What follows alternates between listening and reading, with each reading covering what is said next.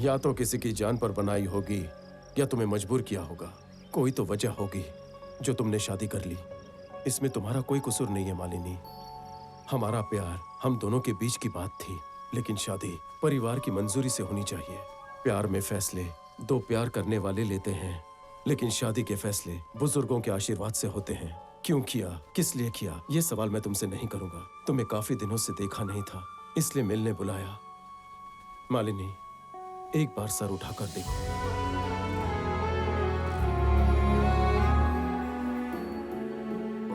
तुम्हें बताए बिना मैंने शादी कर ली। यही सोचती रही कि तुम जब मिलोगे तो तुम्हें क्या जवाब दूंगी। पता है मैं इतने दिनों से यही सोच सोच कर कितनी परेशान हो रही थी, पर तुमने एक पल में बोझ हल्का कर दिया। मेरे पापा ने अपने पार्टनर के बेटे से मेरी शादी फिक्स कर दी, और जब उन्होंने घर पर बताया तो उनके चेहरे पर इतनी खुशी थी कि क्या बताऊं। उस शादी को रोकने के लिए मुझे बस एक काम करना था, तुम्हारा नाम बताना था, पर उनका अपमान ना हो, उन्हें दुख ना हो, और उनके दुख का कारण तुम ना बनो, इसीलिए मैंने कुछ कहा ही नहीं।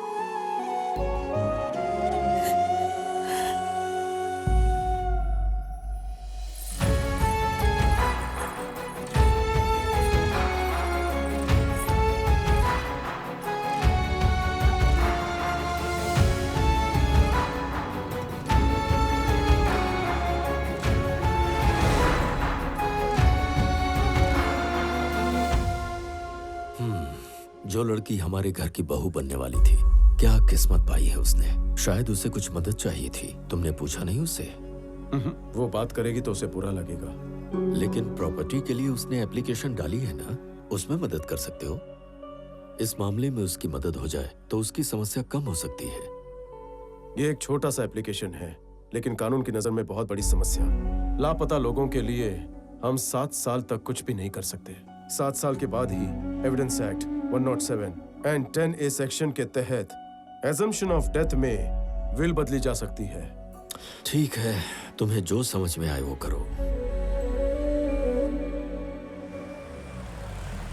यही गफला पिछले हफ्ते भी किया था, अभी भी यही कर रहे हो।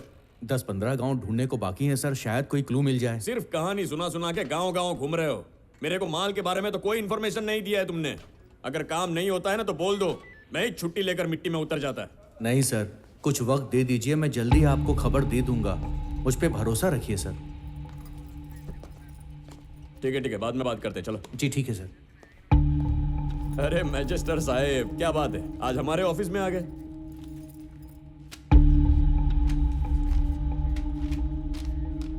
अरे इधर तो मिसिंग केस है ना।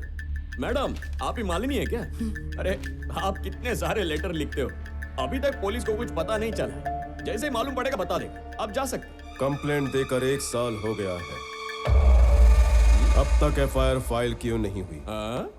वो आदमी जिधर मिस हो गया ना, उधर ही जाके कंप्लेंट लिखवाने का, वही फाइल करो FIR। जुरिस्डिक्शन के हिसाब से तुम्हारा फर्ज बनता है कि तुम FIR फाइल करो। खैर, FIR फाइल नहीं की, जो कंप्लेंट लिखवाई थी तुमने उसका क्या किया?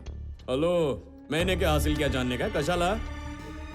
मेरा प्रोग्रेस, मेरा अटेंडेंस, ये मेरे से मेरे सीनियर भी नहीं पूछते, और तू आया बड़ा मेरे से पूछने वाला थी। ठीक है, हम लोग ने कोई भी प्रोग्रेस नहीं किया। हाँ, 1 मिनट के लिए ऐसा मान लेते। तू एक बात बताना, इनके पति को घर वालों ने भी ढूंढा, उन लोग ने क्या हासिल कर लिया? हाँ? कोई भी उठता है बड़ास निकालने पुलिस स्टेशन आ जाता है, हम लोग तो इधर खाली बैठे हैं ना। अच्छा वैसे तेरे को इसमें इतना ज्यादा इंटरेस्ट काहे को? अरे मैडम, आप गलत मत समझिए। मैं यहाँ पर इनके साथ कोई रिक्वेस्ट करने नहीं आया हूँ। सब डिवीजन मजिस्ट्रेट होने के नाते पूछ रहा हूँ कि मेरे गांव का एक आदमी मिसिंग है, उसका क्या हुआ ये जानने आया हूँ। इकड़े रे साहब। कोई सुरेंद्र नाम का आदमी है, पूरे गांव में उधारी लेके भाग गया है। किसी के हाथ से चीटिंग का केस लिखवा दे। जी साहब। वो आदमी लोगों को फंसा के भाग गया है, ये लिख के केस क्लोज कर। जो आएगा उसको जवाब देता रहूंगा ना तो 24 घंटे भी कम पड़ जाएंगे। निकलो, हाँ निकलो निकलो, दावत नहीं है घर जाने का। आज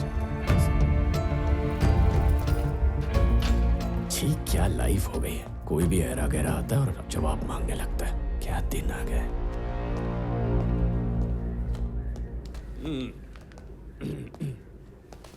इसके अंदर इतना चर्बी भरेला है ना, इसीलिए इसको सब कलेक्टर की पोस्ट से डिमोट करके इधर भेज दिया है।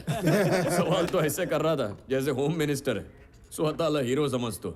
मेरे को बताओ, अपने पुलिस स्टेशन में आके अपने से ही सवाल करने का किसी ने हिम्मत किया है? हा? साहब, तू वापस काय को आ गया? गलत इल्जाम लगा के केस क्लोज करने की सोचना मत। ये चीटिंग केस नहीं, मिसिंग केस है जिसकी जड़ तक मैं जाऊंगा। ऑफिशियली उसके बाद तेरे से इन्वेस्टिगेट कराऊंगा। उसके बाद इस स्टेशन का चार्ज मैं लूंगा। लॉकअप में 2 मौतें हुई हैं। ये कहकर इंक्वायरी के नाम पर तुझे मेरे ऑफिस में 3 बार बुलाऊंगा, फिर 4 साल तुझे घर बिठाऊंगा। हाँ।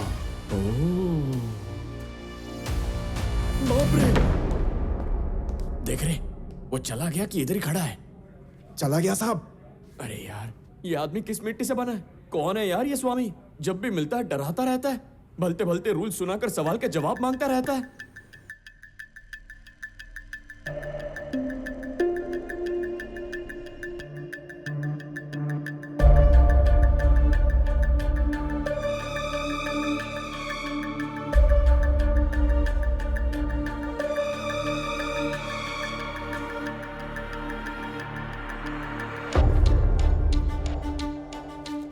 ये है वर्मा।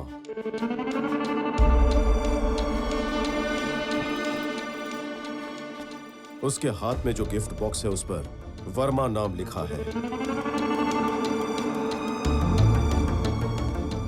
इसका एड्रेस पता करना होगा।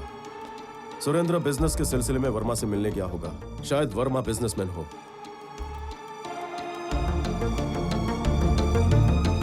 सुनो, घर में कोई पुराना कैलेंडर है? वेरी गुड, जाकर लेकर आओ। ये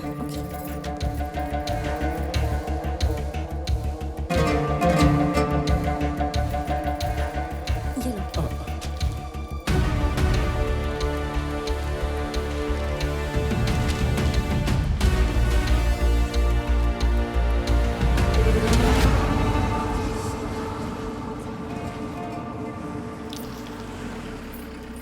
बेटा, वर्मा जी है क्या? वो घर पर नहीं है। क्या आप पापा के फ्रेंड हैं? कौन हो तुम? यहाँ क्यों आया? मतलब सुरेंद्र तुम्हारे करीबी हैं। घर से मेरे बेटे से मिलने के लिए निकला था, तब से कहीं दिखाई नहीं दे रहा है। इतना ही ना? ये भी बहुत पुरानी बात बता रहे हो। इतना लंबा सफर किया और कोई फायदा नहीं हुआ। मेरे बेटे को दुबई गए काफी दिन हो गए, और वैसे भी मेरे बेटे का कोई सुरेंद्र नाम का फ्रेंड नहीं है। तो ये क्या है? आपका बेटा ही है ना? आपके बेटे के पास जो खड़ा है उसका नाम सुरेंद्र है। क्या ये एक दूसरे को जानते नहीं? हो सकता है। तो क्या? आप कुछ छुपा रहे हैं। हाँ, छुपा रहा हूँ। समझ में आ गया ना? जाओ यहाँ से, जाओ। तुम क्या देख रही हो? हाँ, चलो अंदर चलो।